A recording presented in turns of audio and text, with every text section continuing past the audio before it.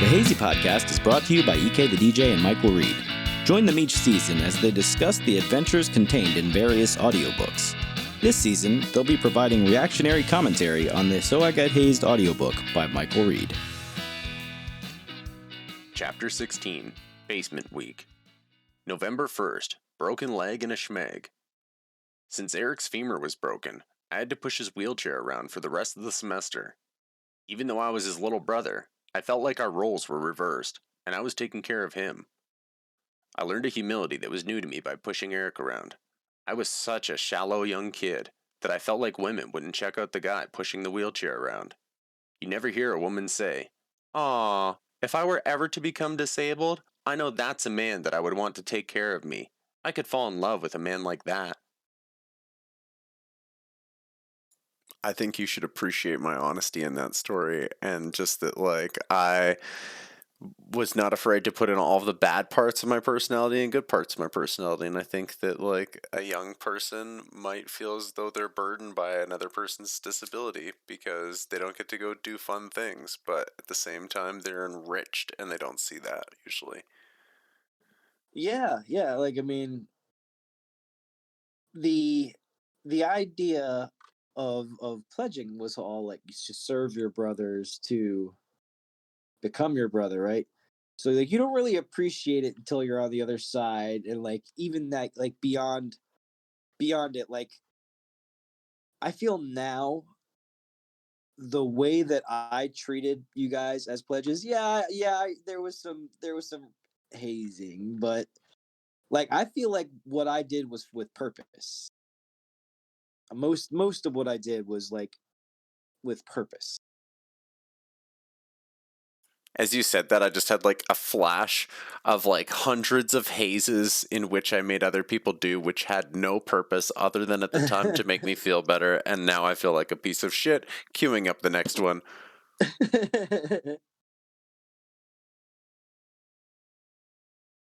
November 1st, legit Roof Bong Hits.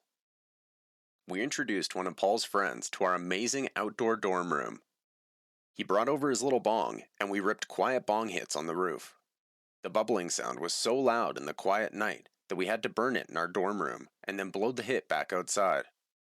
It was quite the operation for us to get ripped, but it was worth it for a bunch of dumb college kids. Evan, John, Paul, Paul's friend, and I all sat on the roof ripping bongs. It was a great day. So, I guess I failed to mention in all of these previous stories, anytime I think that I mentioned that we were taking bong hits on the roof, I guess it was bowl hits on the roof. And that this was the first bong on the roof. Actual bong. Oh, you were being literal. Yes.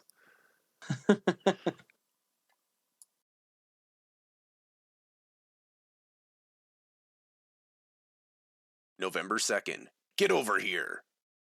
Chippy called me and... Can I just stop for a sec?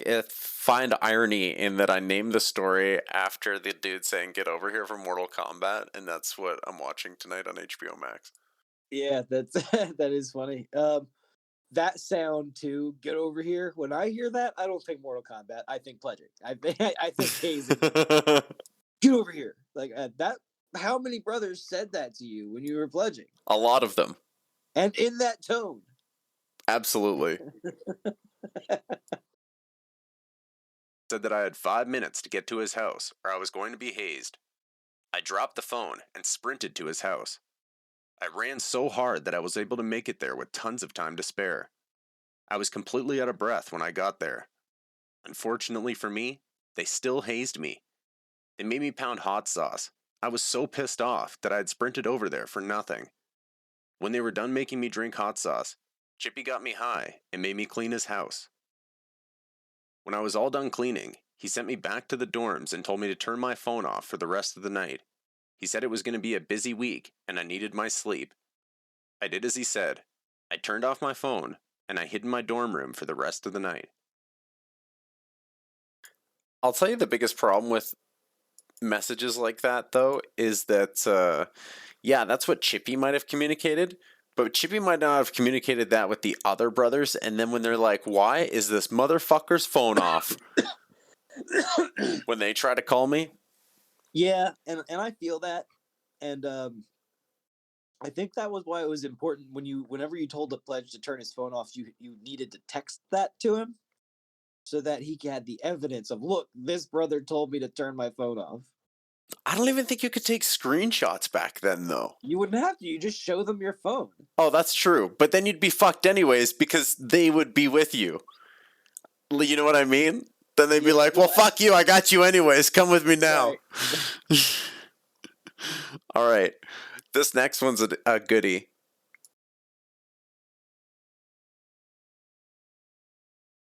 November 2nd. Are you not entertained? When I saw James the next morning, he looked exhausted. What the hell happened to you? James looked at me with exhaustion and said, I was fast asleep in my room when I got a call around 3 a.m. Of course, I was terrified not to answer, because phone dodging is a sin, punishable by unthinkable means. To my utter dismay, Kyle and Forrest were on the other end, demanding that I come to the chapter house and entertain them. I asked them, respectfully, how the fuck am I supposed to do that?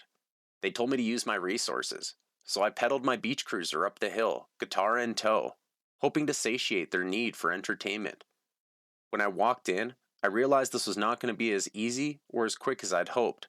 The bastards were blowing railroad tracks up their noses and slugging whiskey from the bottle. They laughed and told me to start playing guitar and not to stop until they said so. I wanted to laugh, just because of how well he was telling the story, but I kept quiet and let James continue. Now, Mike, I'm not very good at guitar.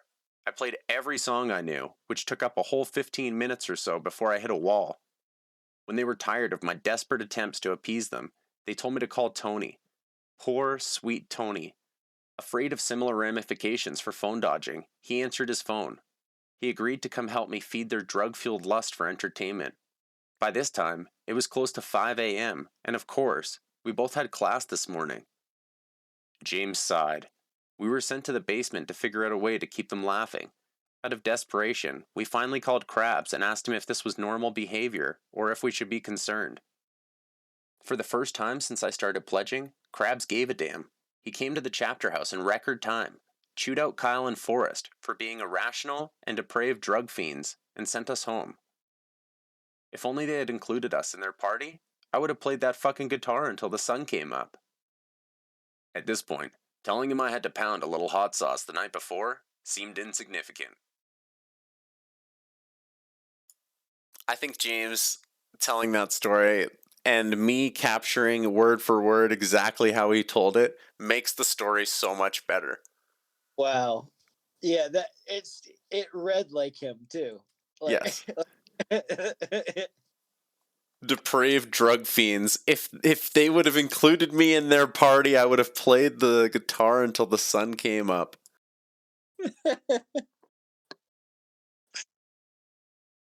We asked Krabs if this was normal behavior. Instead of ratting, he's like, hello, I'm just wondering if it's a normal thing for us to be up, at like 4 or 5 a.m.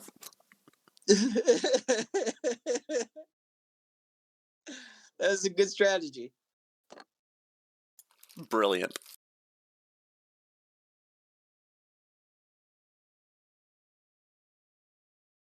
November 3rd, day 1, basement week. The first day we got to the house, it was pure chaos. The event seemed like it was thrown together somewhat haphazardly, like the rest of our other events. It was a Wednesday, and we were going to be in the house as long as Sig H wanted. We estimated that it would last until the weekend at most. There were a lot of brothers that turned out for the start of this event. They were there to greet us and chanted when we all arrived. They attempted to trick us into thinking it was Hell Week when we were the wiser. The idea of sleeping in the chapter house was an awful thought, if even for a day, let alone a few days. James and Tony didn't care. They wanted to sleep. They were exhausted from getting hazed earlier in the morning. Sleeping anywhere in the house is not something I'd wish upon anyone. There weren't any safe places. The doors were always unlocked. Everyone wanted to haze us, and the basement had to be regularly swept so we wouldn't get glass on ourselves. The uncertainty of a safe and sound sleep, coupled with the idea of being locked down in the house, was a terrifying thought. Since it was late when we got there, and the brothers had to study for tests or watch sports, we had a 1-hour haze session in the basement. We did air chairs, ate onions, drank vegetable oil, we were tested on the Greek alphabet, fraternal knowledge, and capped off the night with a few steamrollers. While we were eating our onions in the basement, John threw his onion to his feet. It was almost as if, at that moment, there was enough silence in between the brothers yelling at us to hear the distinct thud of an onion. They asked whose onion it was, and I said it was John's, and they made me eat it in addition to my onion for ratting. When the hazing was done, the taste of onion was bonded to my tongue. It was also coming out of my pores. I smelled like an onion boy. Thankfully, we weren't bothered for the rest of the night. We went to Eric and Chippy's to smoke some weed. We got nice and right, and then came back to the chapter house to find safe spots to sleep. John had the best spot of them all, and picked the sofa, depending on how you weigh comfort versus bacteria.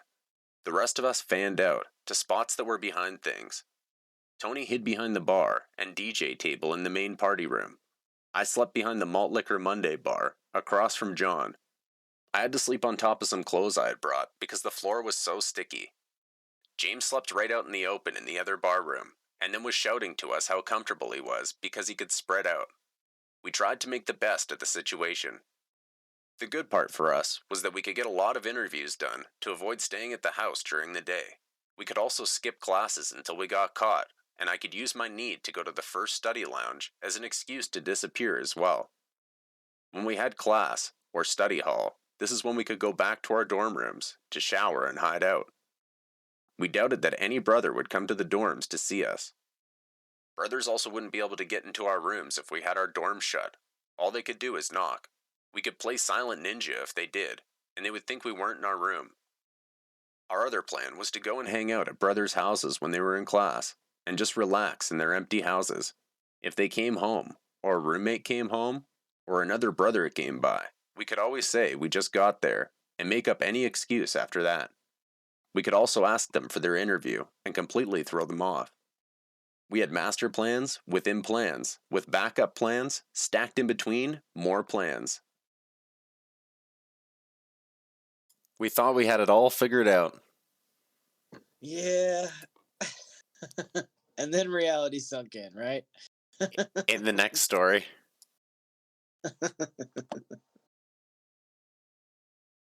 Let me just preface this next story by saying this would be the most humiliating moment in somebody else's life, but to me, I see it as a growing and a learning experience. Okay, fair. November 4th, day 2, the golden shower. The highlight of my day was when I sat down for one of my Thursday classes. Each student in the surrounding seats got up and moved away from me. I smelled so bad of onions, vegetable oil, and just pure schmagginess that nobody wanted to sit near me. It was funny and embarrassing at the same time. The rest of the second day passed quickly. Before I knew it, we were finished at the library at 10 p.m. on the dot, like all other nights. We didn't have a party on this particular Thursday night because we had gone so hard on Halloween the week before. Our pledge class took this opportunity to go to Chippy and Eric's to get high. Anything that we could do to stay out of that chapter house. After a few gravity bong hits, Eric said, "Hey, shouldn't you guys be in the chapter house?" We didn't argue. We took our cue and left. When we got back to the chapter house, not a creature was stirring, not even a brother. We took our spots on the hardwood floor, and Noel slept on the sofa, using sweaters as covers. We were talking amongst ourselves, not realizing that right above our heads, in Kyle's room, massive lines of cocaine were being taken. Forrest and Kyle came downstairs, just as we were all starting to fall asleep. Kyle started screaming, "What the fuck are you guys doing upstairs? You should all be in the basement." Forrest threw John's feet off the sofa. I thought John was going to punch Forrest in the throat. "What, John? Do something. You aren't sleeping on a fucking sofa during a lock-in," Forrest yelled at John. "Get down in the basement, all of you. That's where you are sleeping tonight." We begrudgingly went down to the dank, dark basement. We laid in awkward positions on the cement floor of the basement, and we weren't able to get comfortable. When we heard Forrest and Kyle leave the house, John went back upstairs, took all the pillows off the sofa in the living room, and brought them downstairs. John was amazing, our basement week hero. Using the cushions, we made a tiny bed that was fit for a dog. We squeezed together like pledged sardines on our bed made of cushions. Surprisingly, it was much more comfortable than my previous spot in the bar room, and it didn't take long before we all nodded off.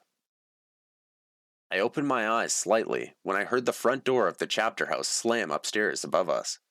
Forrest and Kyle were screaming and slamming around. They both came downstairs to see us all laying on our sofa cushions. "What the literal fuck are you schmegs doing? Did we say you could use fucking pillows, you morons? Get the fuck against the wall now. Air chairs." We all got up, some more slowly than others, and put our backs against that cold, oh so familiar basement wall. "Hurry up! Now put your arms out!" Forrest screamed. We stretched our tired arms out while doing wall squats.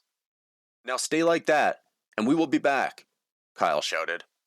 They walked to the top of the stairs, and then Forrest raced back down to make sure we were still in the same positions. "Good.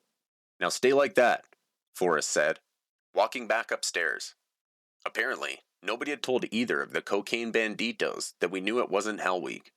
As soon as we heard them walk in the kitchen, through the party rooms, and up the stairs to Kyle's room, we sat down on the basement floor. We knew the deal. If they came back downstairs, we'd quickly hop back into our air chair positions, with our arms fully extended. "This is bullshit," John said. After a few minutes, they came back downstairs and told us we were stupid for bringing pillows into their house to sleep on. Kyle kept barking at us like a dog, telling us how big he was. Then to our surprise, Kyle whipped out his penis and started peeing all over the cushions. Forrest and Kyle both laughed, while Kyle pissed all over his own cushions. This is when our pledge class started to laugh as well. "What the fuck are you losers laughing at?" Kyle asked. James, being the only one able to compose himself, said, "Those are your cushions, Kyle." "What are you talking about?" Kyle asked, now having fully emptied his bladder across the sofa cushions. "Those are the sofa cushions from the upstairs sofa, Kyle," Tony remarked. Kyle went into an absolute livid tirade. The hilarity of the whole incident had embarrassed him and Forrest so badly, they were now fueled by cocaine and anger. Since Forrest and Kyle hadn't walked through the room with the sofa, they didn't even realize the cushions were missing off of it. Kyle picked up one of the cushions and threw it at us. It bounced off James's head and then ricocheted back at Forrest.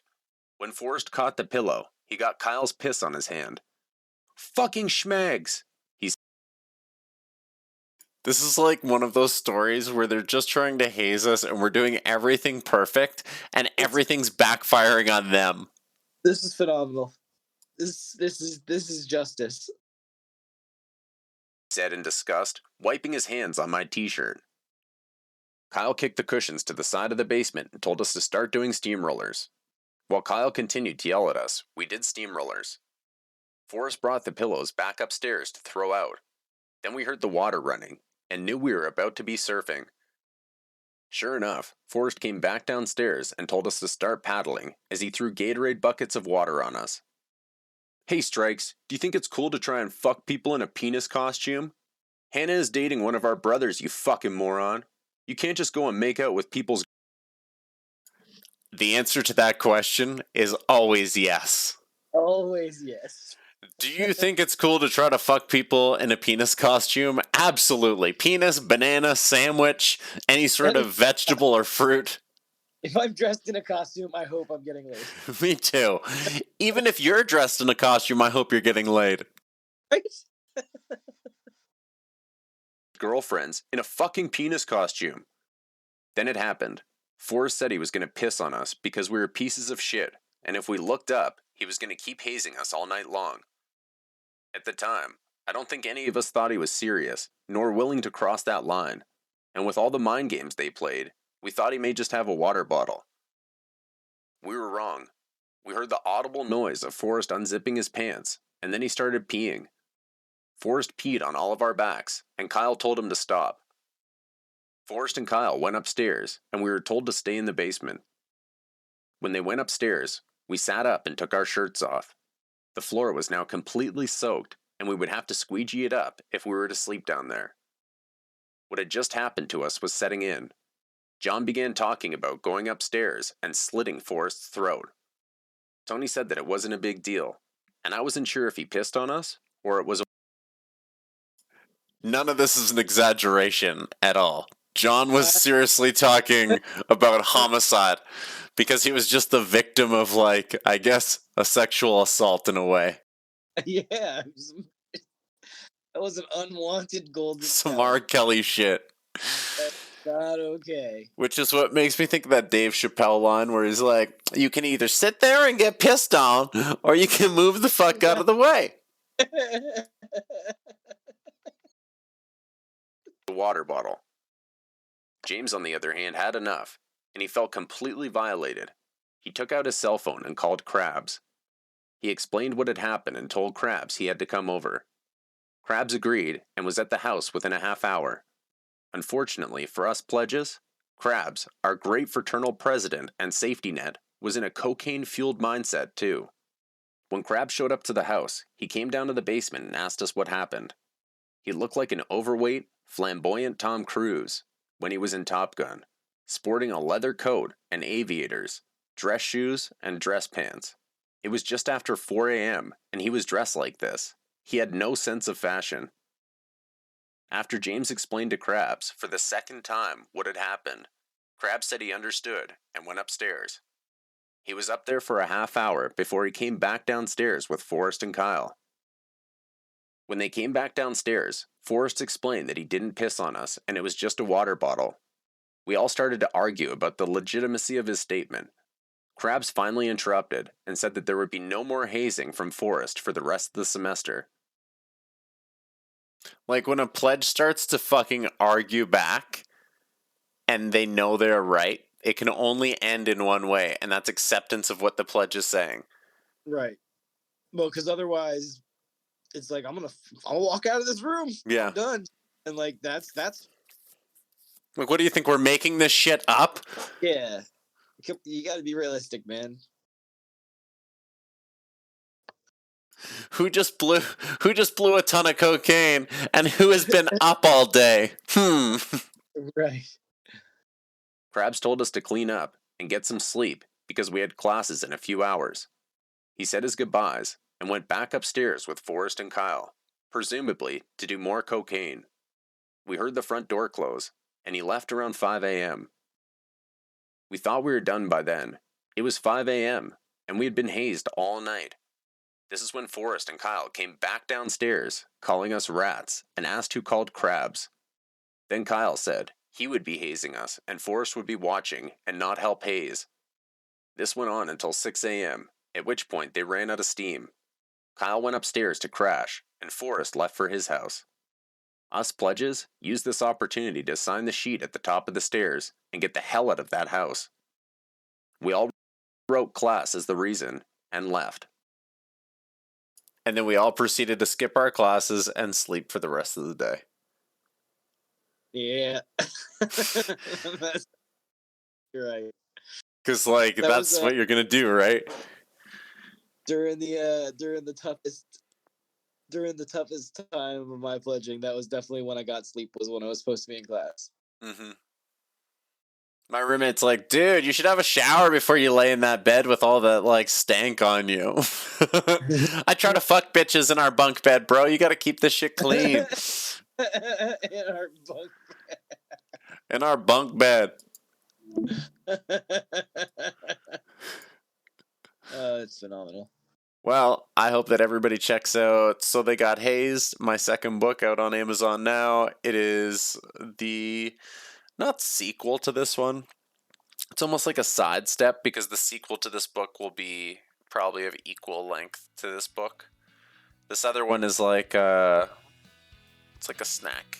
It's like a little appetizer just to keep people engaged while I work on the other things. It's what? It's a snack for your thoughts. Yeah, it's food for thought. All right, y'all. Thank you again for listening.